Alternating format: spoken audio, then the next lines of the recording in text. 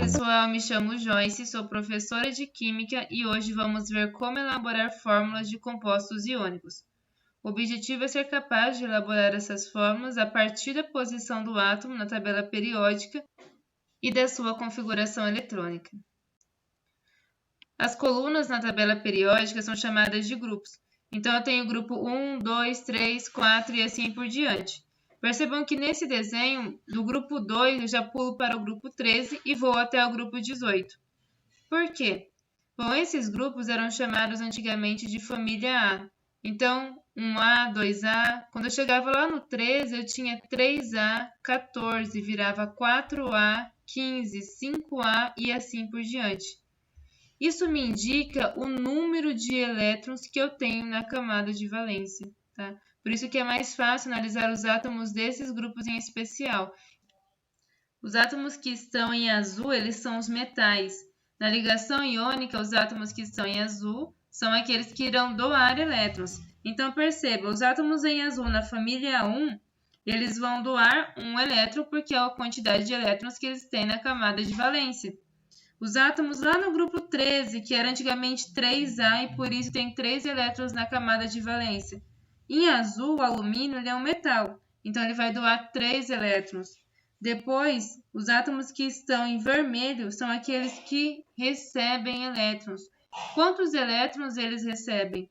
Eles vão receber elétrons até ficarem com 8 elétrons na camada de valência. Então, o nitrogênio, que está lá no grupo 15, família 5A, ele tem 5 elétrons na camada de valência. Então, para completar 8 elétrons, faltam apenas 3. Ou seja, o nitrogênio pode receber 3 elétrons. Vamos ver alguns exemplos práticos? Pense no átomo de Na, o átomo de sódio. Ele está no primeiro grupo, então ele tem 1 elétron para doar. O flúor está no grupo 17, ou seja, ele tem 7 elétrons na camada de valência, para 8 faltam apenas 1. Ele pode receber 1 elétron e ficar com uma carga negativa, enquanto o sódio doa 1 elétron, ficando com uma carga positiva a mais. Bom, o sódio com uma carga positiva e o flúor com uma carga positiva, há um balanço de cargas, não é? Então, eu posso formar um composto neutro de fluoreto de sódio. Vamos pensar agora num composto formado por oxigênio e magnésio. O oxigênio está no grupo 16, família 6A, portanto, 6 elétrons na camada de valência. Ele não é um metal, então ele recebe elétrons até ficar com 8 na camada de valência.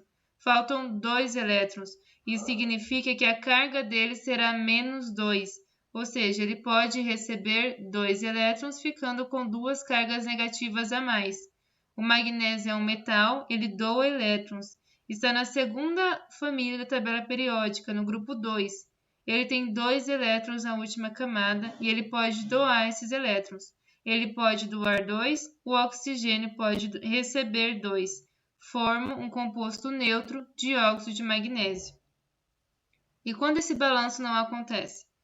Pense agora em outro átomo que também está no grupo 2, o cálcio. Ele pode doar 2 elétrons, ficando com 2 cargas positivas a mais. O cloro é da família 7A, do grupo 17. Ele tem 7 elétrons na camada de valência e pode receber 1, ficando com uma carga negativa, menos 1. Quando eu ligo um cálcio com um cloro, o cálcio ainda fica com uma carga positiva a mais, ou seja, ele ainda pode doar um elétron. Então, eu vou precisar de outro cloro para receber esse elétron. Se o cálcio pode doar 2 elétrons, mas cada cloro só pode receber 1, eu vou precisar de 2 cloros, formando o composto CaCl2, cloreto de cálcio. Vamos fazer mais um exemplo? Imagine agora o átomo de sódio, Na, ele está na família 1, portanto ele tem 1 elétron para doar, ficando com uma carga positiva a mais, e o nitrogênio, que está na família 5A, grupo 15, portanto tem 5 elétrons na camada de valência, pode receber 3 para completar 8, ficando com 3 cargas negativas a mais. Se cada sódio pode doar 1 e o nitrogênio pode receber 3, então eu posso usar 3 sódios, cada um doa 1 elétron, o nitrogênio recebe os 3 e eu formo um composto neutro. Alguns professores chamam isso de regra de escorregador, tá bom, pessoal? eles descem a carga do nitrogênio, percebam O3 para o sódio, Na3, e a carga do sódio para o nitrogênio. O sódio tem carga 1, vai ali para o nitrogênio, fica apenas um nitrogênio. Olha só esse outro exemplo. Eu tenho um oxigênio com carga 2-, o oxigênio está no grupo 16, 6 elétrons, pode receber 2. O alumínio está no grupo 3, 3 elétrons, o alumínio é um metal, ele doa 3. O alumínio doa 3, o oxigênio recebe 2. Se um alumínio doar para o oxigênio, ele ainda vai poder doar mais um elétron, porque o oxigênio só vai receber 2. Mas se eu coloco um outro oxigênio, aí a quantidade de elétrons que eles poderão receber será 4, enquanto o alumínio só pode doar 3. Qual é a relação correta, então, entre o alumínio e o oxigênio? A gente pode pensar no mínimo múltiplo comum, 6.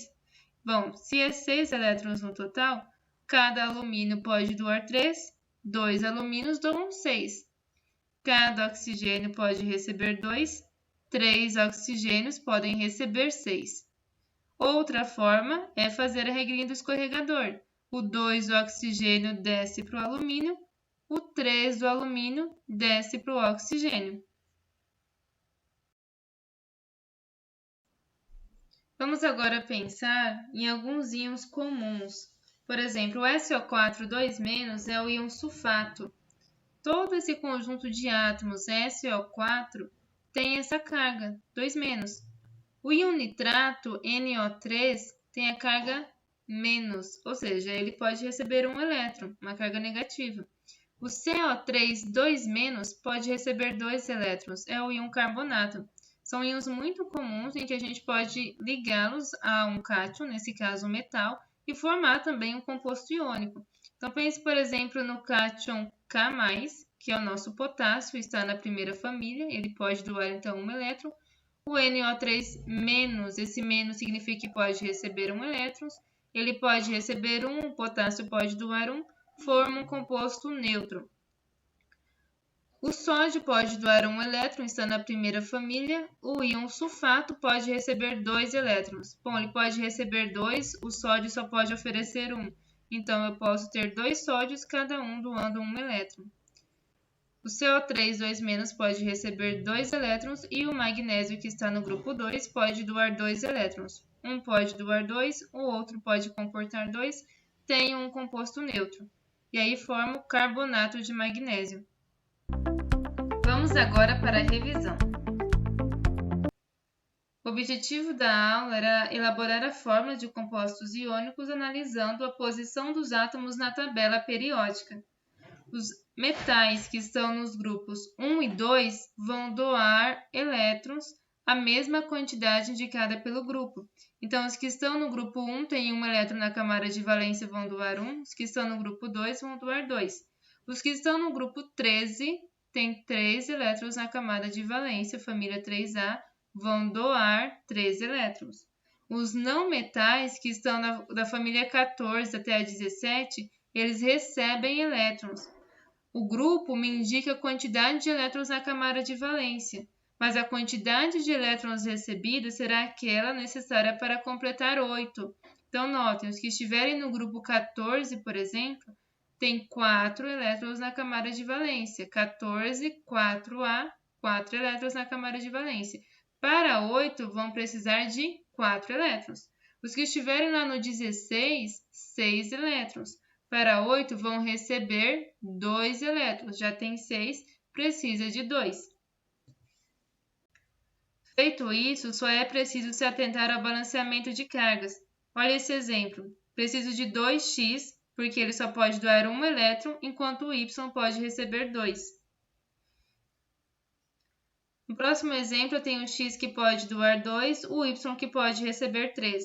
Uma forma rápida é o escorregador, em que eu desço 3 para o x, o 2 para o y, e aí cada x doa 2, então 3 doarão 6, y recebe 3, 2 receberão 6. Tem um balanceamento de cargas feito.